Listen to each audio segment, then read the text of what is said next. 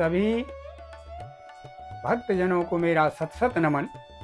मानव योनि दुर्लभ है, वेद भी कहता है दुर्लभो मानुषो देहम, मानस भी कहती है बड़े भाग मानुष तन पावा, असुर दुर्लभ सब ग्रंथ निगावा। आखिर मानव योनि को दुर्लभ क्यों कहा गया? तो इसका उत्तर यही है कि विवेक केवल मनुष्य को ही मिला है।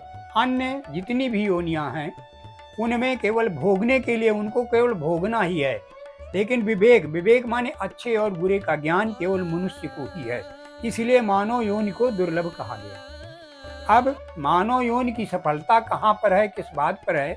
इस संदर्भ में मानस में भगवान मर्यादा पुरुषोत्तम भगवान राम स्वतः कहते हैं, परहित सरिस धर्म नहीं भाई, पर पीड़ा सम नहीं अधमाई। उक्त संदर्भ में परहित दूसरे का हित परम धर्म श्रेष्ठ धर्म कहा गया। दूसरे शब्दों में या दूसरी बार फिर कहते हैं परम धर्म श्रुति विदित अहिंसा, पर निंदा समय अघनगरीसा। मतलब परहित को परम धर्म कहा गया, मतलब उससे बड़ा कोई आगे धर्म है ही नहीं। सब कुछ मिला करके सारांश में ये निकला कि मानव जीवन की सफलता के लिए केवल और केवल परोपकार ही मुख्य है, परिहित की भावना ही श्रेष्ठतम है। लेकिन सबसे बड़ी विडंबना समाज की या इस मनुष्य योनि में सभी मनुष्यों की यही है कि हम लोग जानते तो हैं लेकिन मानते नहीं। दुख दीन है दुख होता है, सुख दीन है सुख हो, ये सभी जानते हैं। एक साधारण सा व्यक्ति भी इस बात को जानता है, लेकिन मानने वालों की संख्या कितनी है ये स्वयं में सभी लोग अपना अंदाजा लगा सकते हैं। हम लोग तीर्थ यात्रा करते हैं,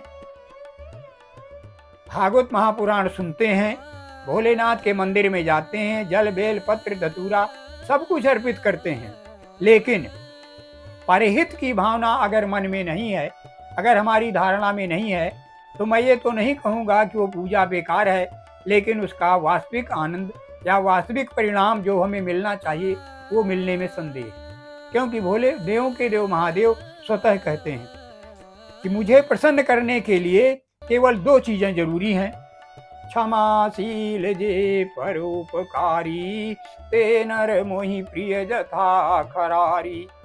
कहते हैं कि जो व्यक्ति क्षमाशील है तथा परोपकारी है, दूसरे का उपकार करता है, वह मुझे उतना प्रिय है, उतना ही प्रिय है जितना भगवान राम मुझे प्रिय है। देव के देव महादेव हमेशा ज्यादातर समय समाधिस्थ रहते हैं।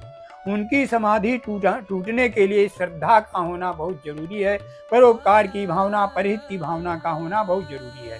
परिहित के द्वारा वो स्वतः कहते हैं कि मैं जो व्यक्ति परोपकारी है मैं उससे स्वतः प्रसन्न हो जाता हूँ। अतः भगवान भोलेनाथ की कृपा पाने के लिए हमारे लिए आवश्यक हो जाता है कि दूसरों का भला सोचें, भला करें। भगवान राम मनुष्यों को समझाते हुए बताते हुए यहाँ तक कहते हैं कि नर शरीर धरिजे पर पीरा, करहीं ते सहाई महाभव वीरा। मनुष्य शरीर धारण करके जो दूसरे को कष्ट पहुँचाते हैं वे करहीं ते सहाई महाभव वीरा। वो 84 लाख के चक्कर में पड़ करके नाना प्रकार के दुखों को भोगते हैं। और करहीं मोह बस नर अघनाना। भगवान राम स्वतः कहते हैं कि मोह के वशीभूत हो करके ये मनुष्य नाना प्रकार के पाप कर्मों को करता है। करहीं मोह बस नर अघनाना, स्वार्थ रत परलोक नसाना। और स्वार्थ के वशीभूत होकर अपना परलोक बिगाड़ देता है। और फिर स्वतः कहते हैं काल रूप मैं तिन्ह कर भ्राता, शुभ अरु अशुभ कर्म फल दाता। शुभ और अशुभ कर्मों को देने के लिए मैं उनका साक्षात काल हूँ। कहने का आशय ये है कि जिस प्रकार काल किसी को छोड़ता नहीं, उसी प्रकार जिस व्यक्ति ने अच्छा और बुरा जो भी कर्म किया है निश्चित रूप से मैं उसको उसके कर्मों का भोग कराऊंगा, इसमें कोई संदेह नहीं है। अतः इससे हमें यह शिक्षा मिलती है कि हमें पाप कर्म करने से डरना चाहिए, क्योंकि हर व्यक्ति अपना भविष्य, अपना आगे का परलोक में होने वाले सुख और दुख स्वतः दिन प्रतिदिन अंकित कर रहा है, प्रतिदिन अपना भविष्य बना बिगाड़ रहा है। अतः हमें हमेशा परहित की ही भावना से दूसरे का भला ही सोच करके कार्य करना चाहिए।